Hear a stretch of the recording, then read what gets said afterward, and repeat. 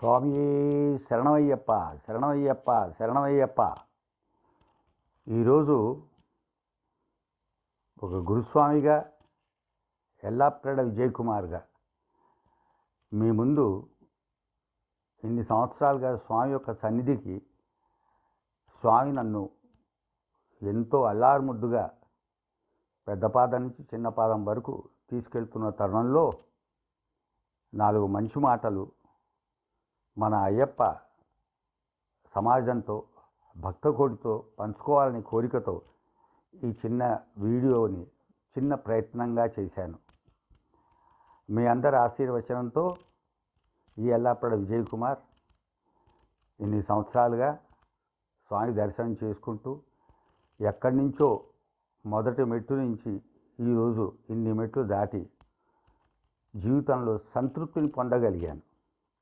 దాన్ని మించిన ధనం, కనకం, వస్తువాహనం ఏదీ లేదు. ఎందుకు చెబుతున్నానంటే, కోట్లు ఉన్నవాడు కూడా శబరిమల వెళ్ళలేకపోతున్నానే అని నాతో అన్నవాళ్ళు చాలామంది ఉన్నారు. వాళ్ళు ఫ్లైట్లలో వెళ్ళగలరు, ట్రైన్లో వెళ్ళగలరు, ఏసీ చైర్లో వెళ్ళగలరు, కానీ పిలుపు రావాలి. మనకు స్వామి పిలుపునిచ్చాడు. మన శక్తి అంతా స్వామియే, మన శక్తి కాదు. ఇప్పుడు చాలామంది ఈ నిష్టలు, నియమాల గురించి అడుగుతూ ఉంటారు. నా యొక్క జీవిత అనుభవంలో నేను మా బాలన్ గురుస్వామితో మాలేసుకున్న తర్వాత పూజ్య దామోదర్ గురుస్వామి, మూర్తి గురుస్వామి ద్వారా శ్రీ శారదా చంద్రమౌళీశ్వర ఆలయం, గీతాభవన్ అంటారు మల్కాజ్గిరి గీతానగర్లో, అక్కడే ఈ 40 ఏళ్ళుగా దీక్ష తీసుకుంటూ ఎంతోమందితో వెళ్ళాను, ఎంతోమందితో తీసుకెళ్ళాను. ఈరోజు కూడా వెళ్తున్నాను. నాకు కలిగిన జీవితానుభవం ఏంటంటే, నిష్ట అనేది స్వామి పాదాల దగ్గర ఉండాలి. నిష్ట అనేది రమణ మహామహర్షి చెప్పినట్టు మన యొక్క చిత్తం స్వామి పాదాల దగ్గర పెట్టాలి. అలంకారం ఉంటుంది, సమాజం గురించి నల్లబట్టలు వేసుకోవటం, నిష్ఠాగరిష్టంగా ఉండటం, అన్ని చోట్ల తినకూడదు, తిరగకూడదు, నోటికొచ్చిన మాటలు మాట్లాడకూడదు, అందరినీ ప్రేమగా చక్కగా స్వామి యొక్క మాటలు చెబుతూ ముందడి చేయాలి. అదే నిష్ట. దానికన్నా మానవుడు ఏ నిష్ట చేయలేడు. అటువంటి నిష్టని స్వామి మనకు అనుగ్రహిస్తాడు. ఏదైనా చిన్న పొరపాటు జరిగితే సర్వ అపరాధ రక్షకుడు, పిలిస్తే పలికే దైవం, అద్భుతమైన స్నేహశీలి అయ్యప్ప స్వామి.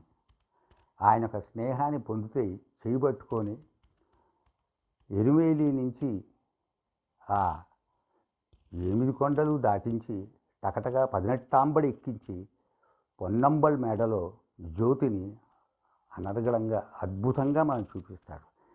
ఈ కలియుగంలో మనకున్న ఈ 100 సంవత్సరాల చిన్న జీవితంలో ఈ అనుభూతిని పొందాలంటే సాక్షాత్తు రమణ మహామహర్షి గారు అన్నట్టు పురాణాల్లో విశ్వామిత్రుడు ఎంతో తపస్సు చేశారు, 1000 సంవత్సరాలు.